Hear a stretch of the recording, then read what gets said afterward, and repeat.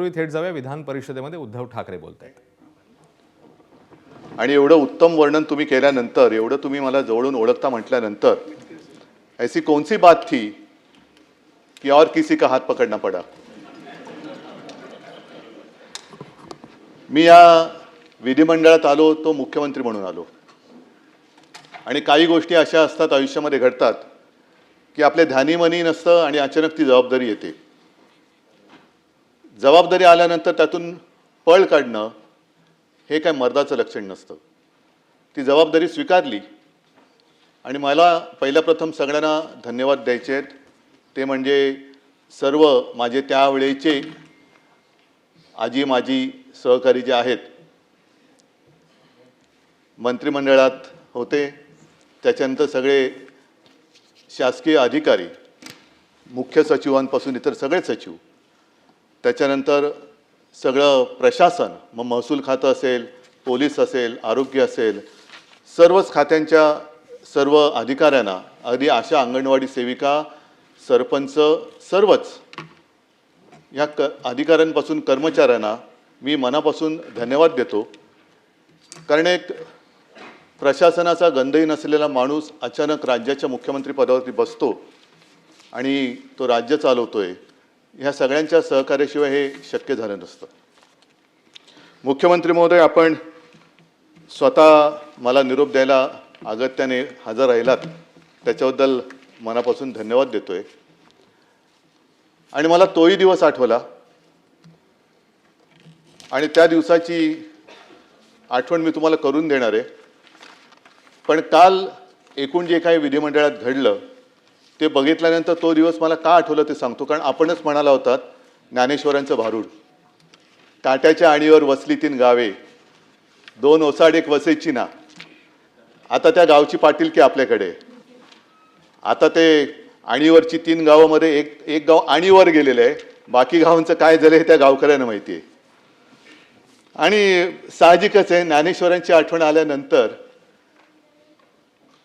एक गोष्ट आवर्जून सांगावीशी वाटते की ज्ञानेश्वर महाराज कोणत्या शतकात होऊन गेले, 12व्या 13व्या.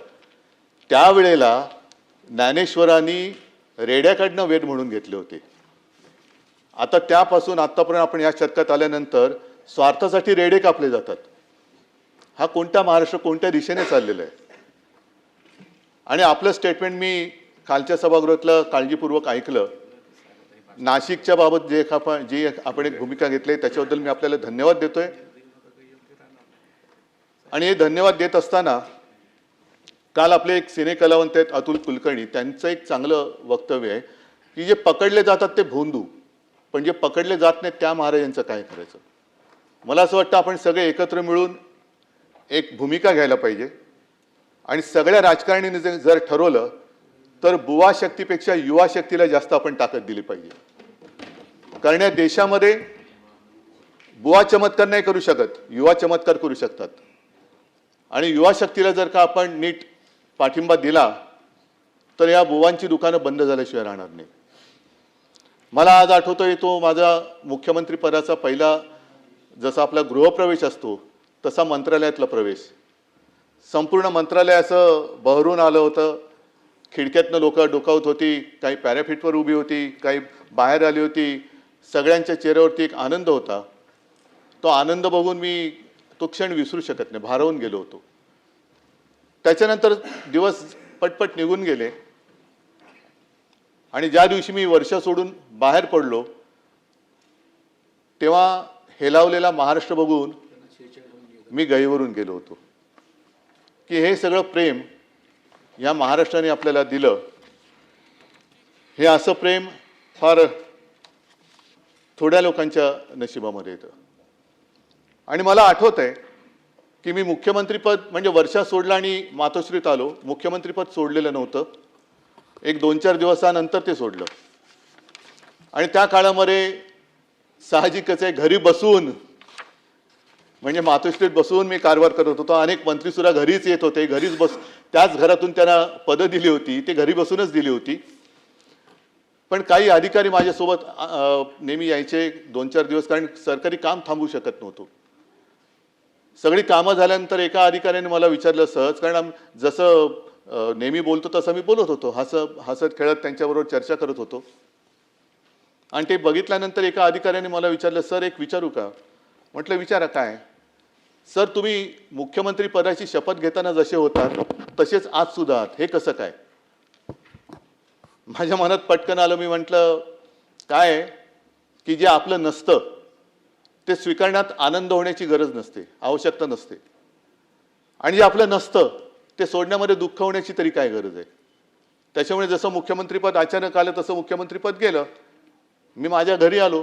त्याच्यामुळे माझं घर आणि त्या घरातला आनंद हा सगळ्यात महत्त्वाचा, हा मला वाटतं प्रत्येकासाठी असतो. योगायोग आणखीन एका गोष्टीचा आहे की आज 24 मार्च. 24 मार्च म्हणजे आपल्या 6 वर्षापूर्वी माननीय पंतप्रधानांनी देशभरामध्ये अचानक लॉकडाऊन जाहीर केला होता. त्याचा आजचा 6वा काय स्मृती दिन म्हणा किंवा काही म्हणा. म्हणजे जिथपासून माझं काम खरं सुरू झालं त्या दिवशी मी सभागृहाचा निरोप घेतोय. आणि या सगळा तो जो काय कालखंड होता तो फार विचित्र होता. योगायोग मी म्हटलं तर आणखीन एका गोष्टीचा आहे. कारण माझ्या मंत्रिमंडळाच्या पहिल्या बैठकीत पहिला निर्णय जर का कोणता घेतला गेला असेल तर रायगडाला निधी देण्याचा निर्णय हा माझ्या मंत्रिमंडळातला पहिला निर्णय होता. आणि मंत्रिमंडळातला शेवटचा निर्णय होता तो औरंगाबादचं नामांतर करणं आणि त्याला छत्रपती संभाजीनगर करणं. संभाजीनगर जे शिवसेना प्रमुख म्हणायचे की औरंगाबाद नाही संभाजीनगर आहे, तर ते नामांतर करून माझी कारकीर्द संपली.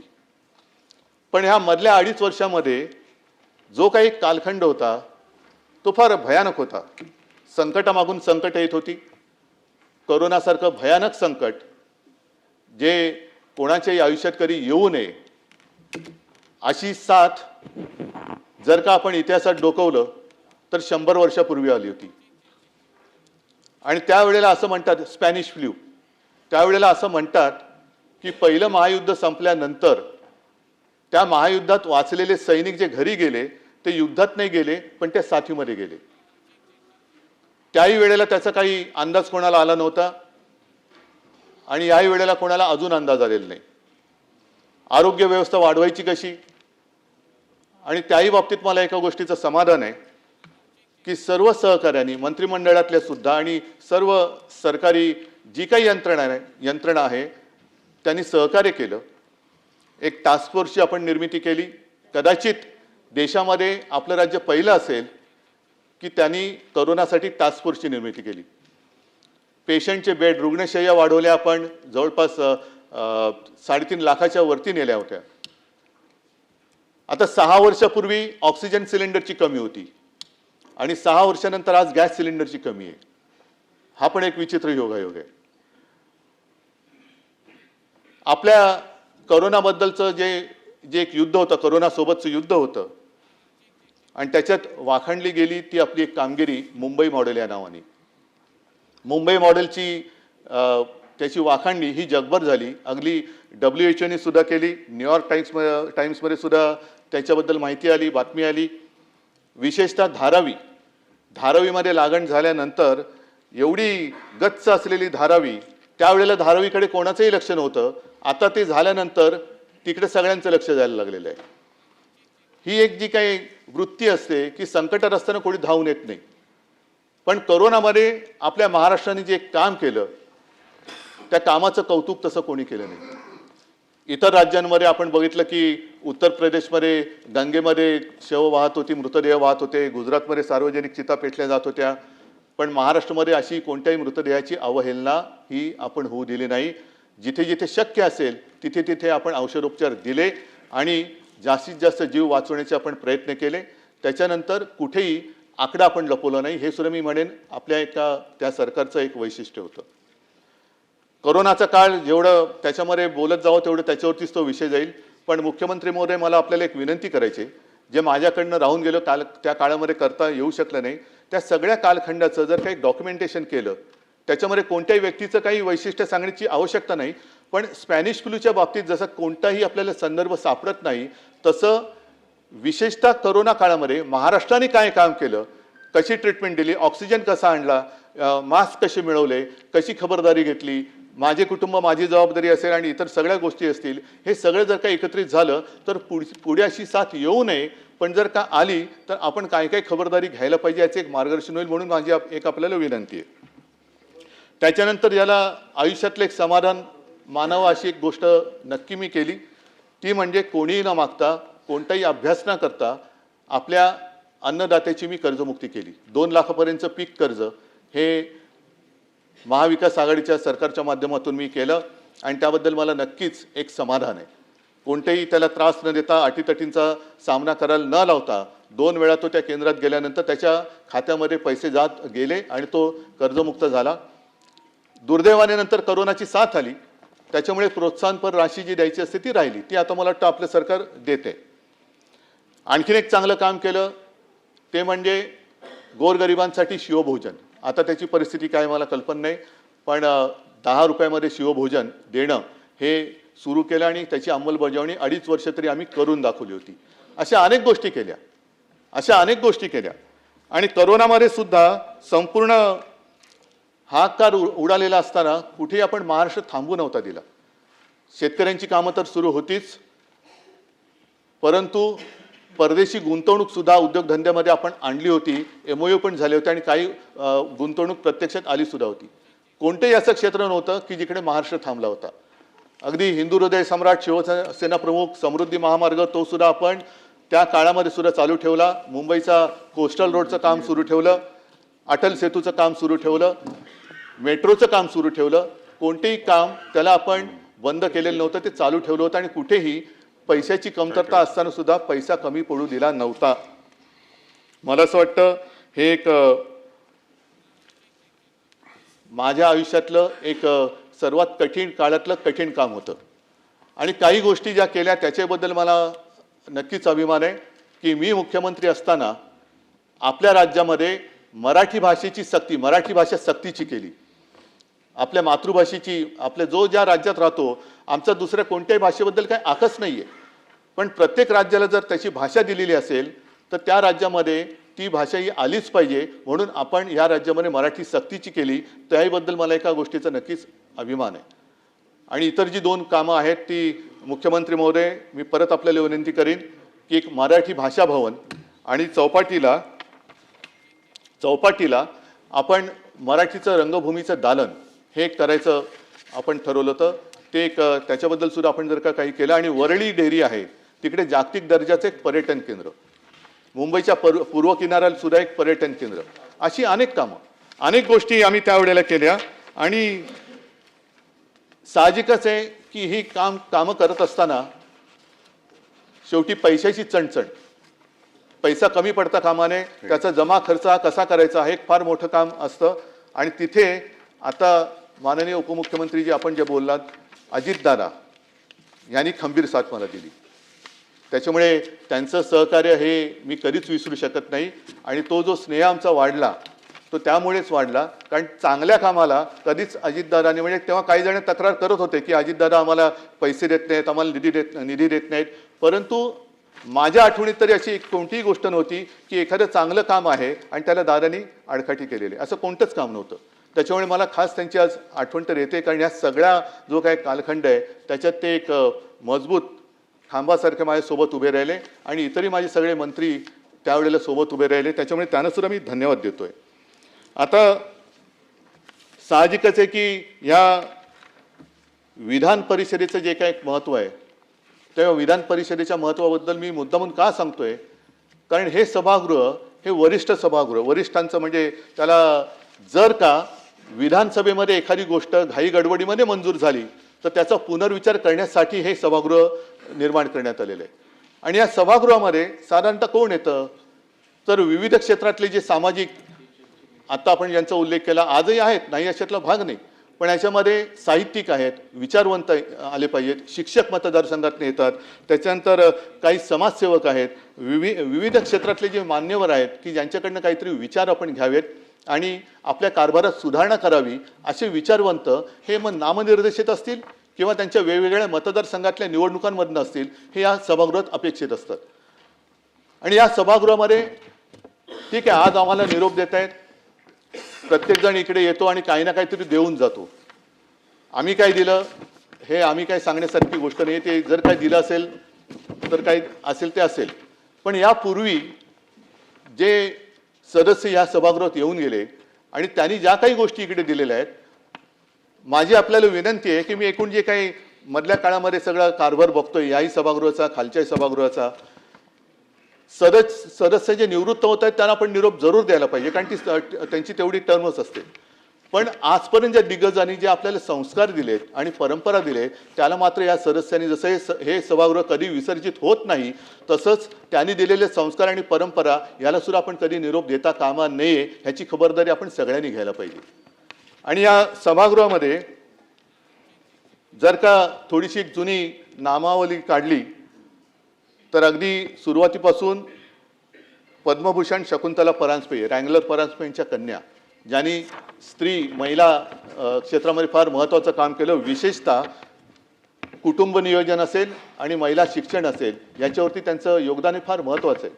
म्हणजे त्यांनी एकूण महिला हक्क, कुटुंब नियोजन, शिक्षण, आरोग्य याच्यावरती त्यांनी सुद्धा प्रभावी भाषणं आणि काही लोकसंख्या नियंत्रणाला त्या धोरणाला आकार देण्याचं काम त्यांनी केलं. त्याच्यानंतर असे अनेक जण आहेत. विस पागे हे सुद्धा सभापती होते आणि त्यांनी रोजगार हमी योजनेचे ते जनक, त्यांनी सुद्धा ती योजना दिली. म्हणजे असं कोणी, सगळेजण काही ना काहीतरी आपल्याकडे देऊन गेलेले आहेत. स्वातंत्र्य सैनिक होते ते आणि या परिषदेचे पहिले दीर्घकाळ राहिलेले ते सभापती होते. त्याच्यानंतर एक थोडंसं वेगळं उदाहरण मी आपल्याला देणार आहे. ते म्हणजे विठ्ठलराव हंडे, विरोधी पक्ष नेते होते, शेतकरी कामगार पक्षाचे. आणि इगतपुरीचा प्रसिद्ध जो लढा होता तांदळाचा, कारण हा वाद जुना आहे, त्यावेळेला ते राज्याची एक मांडणी होती, त्याच्यामध्ये गुजरातला शेतकऱ्याच्या तांदळाला जास्त भाव मिळतोय आणि माझ्या महाराष्ट्रातल्या तांदळाला कमी भाव मिळतोय, म्हणून विठ्ठलरावांनी लढा उभा केला होता. आणि ते विठ्ठलराव या सभागृहाचे विरोधी पक्ष नेते होते.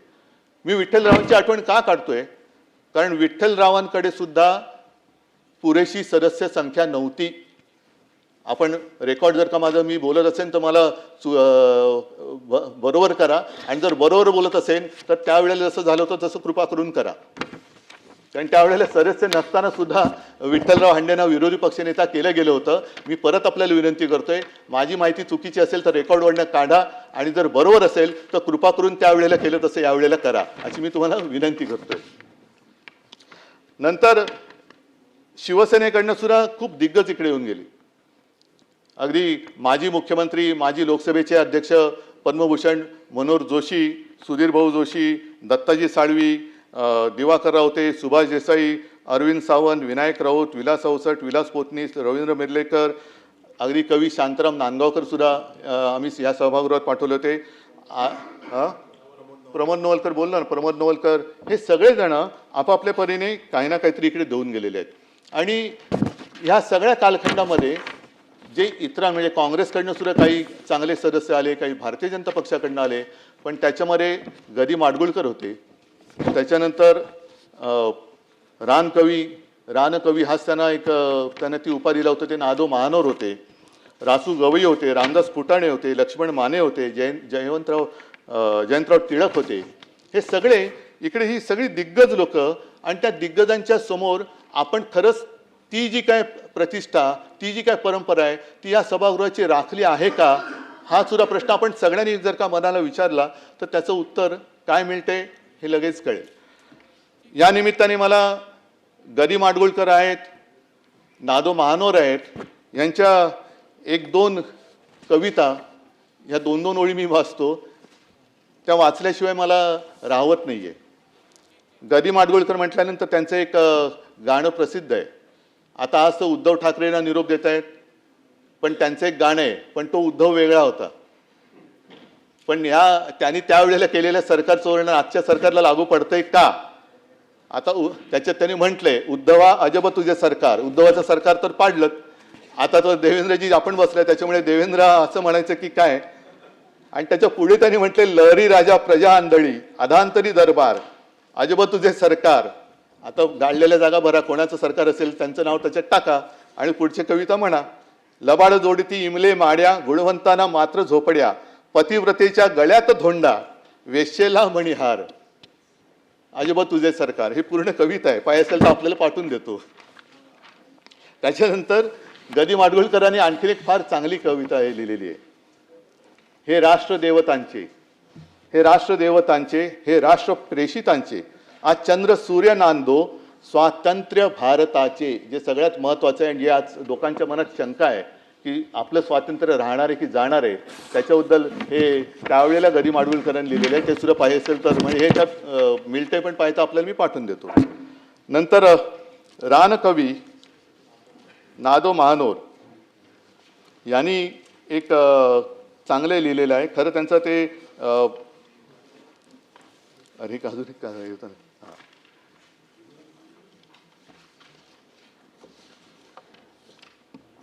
याच्यात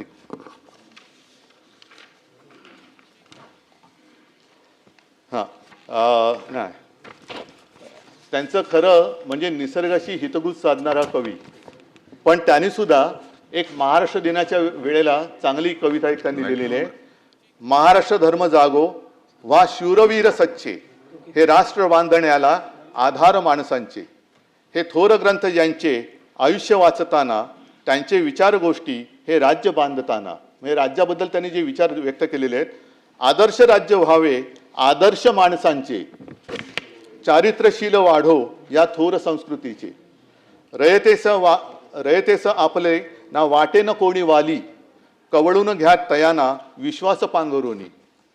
अश्रुष दुर्बलांच्या हे राज्य हो सुखाचे, जोडा सवंगडी जे प्राणापरी जीवाचे. त्याच्यामुळे आता आम्ही तर चाललो आहोत बाहेर. मुख्यमंत्री महोदय, आपण आणि आपले सगळी 3 गावं यांची ही जबाबदारी आहे. आणि मला असं वाटतं की सध्या जे काही एक वातावरण आहे राज्यात आणि देशामध्ये, एक संभ्रमावस्था आहे. कोण कोणाबरोबर तेच कळत नाहीये. आता या महिन्यामध्ये IPL सुरू होईल आणि IPL बघताना आपण म्हणतो अरे हा आपला होता ना, अरे नाही तो आता त्या टीममध्ये, अरे हा आपला होता नाही हा तिकडे गेलेला आहे. म्हणजे हे इंडियन पॉलिटिकल लीग नवीन सुरू झाले की काय, कोण कोणाच्या बरोबर तेच कळत नाहीये. आणि एकच संघ खूप मजबूत होत चाललेले, बाकीचे संघ म्हणजे मॅच खेळायला सुद्धा बाकीचे संघ हवीत की नको, की बाकीचे संघ संपवून टाकले ते एकटा संघ काय करणार. तर तो सुद्धा विचार केला पाहिजे की एकच संघ ठेवला तर मॅच खेळणार कोणाबरोबर. सगळेच खेळाडू जर का आपल्या संघात घेतले तर काय करणार काय तुम्ही. त्याच्यामुळे मला असं वाटतं एका सुदृढ लोकशाहीसाठी ही संभ्रमावस्था सगळ्यांनी संपवणं गरजेचं आहे. आणि जनतेचा आपल्याबद्दलचा जो विश्वास आहे, जनतेला असं वाटतं की राजकारणासाठी काही करू शकतात, पण आपल्यासाठी सुद्धा हे काहीतरी करू शकतात, हा विश्वास आपण जनतेच्या मनात निर्माण करण्याची आज गरज आहे. आणि ही संधी सगळ्यांनाच मला असं वाटतं मिळत नाही. ही ज्यांना मिळते त्यांनी त्या संधीचा नक्कीच उपयोग करायला पाहिजे. ठीक आहे, दिवस येतात दिवस जातात, सत्ता येते सत्ता जाते, काळ येतो काळ बदलतो, सर्व गोष्टी बदलत असतात. पण आपल्याला धीर धरायला पाहिजे, एक संयम बाळगायला पाहिजे. कारण आपण म्हणतो की सूर्य पूर्वेला उगवतो, पण सूर्य जेव्हा दक्षिणायन आणि उत्तरायण करतो तेव्हा उगवतीची पूर्व सुद्धा बदलत असते. ती पूर्व राहत नाही. सूर्य जिथून उगवतो ती पूर्व. आणि हे सगळं बदलत असताना आपण ठरवायला पाहिजे की आपण प्रवाहाबरोबर वाहत जायचं, लाटेबरोबर वाहत जायचं, की ठामपणाने थांबून प्रवाह योग्य दिशेने वळवायचं. हे ज्याचं त्यांनी ठरवणं हे आवश्यक असतं. आणि जे असे लाटेबरोबर वाहत जातात त्यांच्यासाठी म्हणजे काही स्वतः काही करत नाही पण लाटेबरोबर वाहत जायचं, तर त्यांच्यासाठी विंदा करंदीकर यांनी एक फार छान लिहिलेलं आहे. त्यांनी असं लिहिलंय की ही लाट आहे तोवरी, खुशाल तू गाजून घे, गाजण्याला अर्थ कितीसा ते जरा समजून घे. म्हणजे तू गाजतोयस, त्या लाटेवर आहेस म्हणून गाजतोयस, लाट गेल्यानंतर काय करशील. तर या काही गोष्टी त्यांनी फार छान लिहिलेल्या आहेत. म्हणजे आपण या सगळ्यांकडनं काही ना काहीतरी घेतलं पाहिजे. आणि त्यातल्या थोड्या जरी गोष्टी आपण आपल्या वागणुकीत आणू शकलो तरी महाराष्ट्र आपल्या देशातलं जे एक सर्वोत्तम राज्य आहे ते आणखीन चांगलं राज्य होईल. विंदा करंदीकरांनी आणखीन पुढे जे लिहिलेलं आहे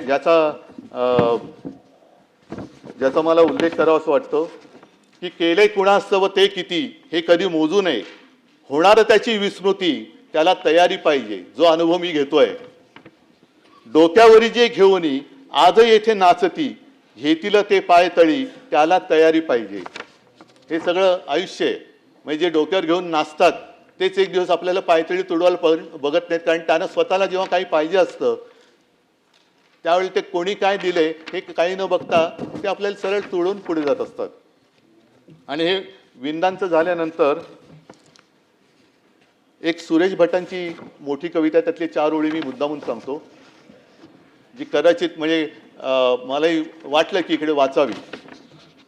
मित्र कोण आणि शत्रू कोण गणित साधे कळले नाही, नाही भेटला असा कोणी ज्याने मला छळले नाही, रुसून राहिले माझ्या अगदी जवळचेच पण मी कोणाला कळलोच नाही.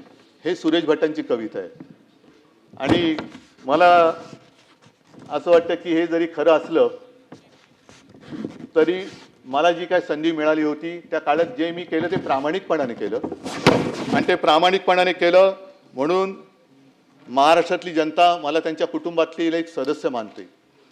मी या मायबाप जनतेला मानाचा मुजरा करून आपल्या सर्वांचा या सभागृहात निरोप घेतोय. जसं मगाशी मुख्यमंत्री महोदय आपल्या आधी मी जेव्हा आलो तेव्हा तुमच्या आधी मी जे बोलत होते त्यांचं थोडंसं ऐकलं की कुठे भेटू. मी मुख्यमंत्री महोदय थोड्या वेळाने आपल्याला भेटायला येणार आहे, पण काही जणांना रणांगणात, काही जणांना कुठे, आणि काही जणांना असं वाटतं की इथे भेटलात तर अशी काही लोक आहेत. असो, मी या सभागृहात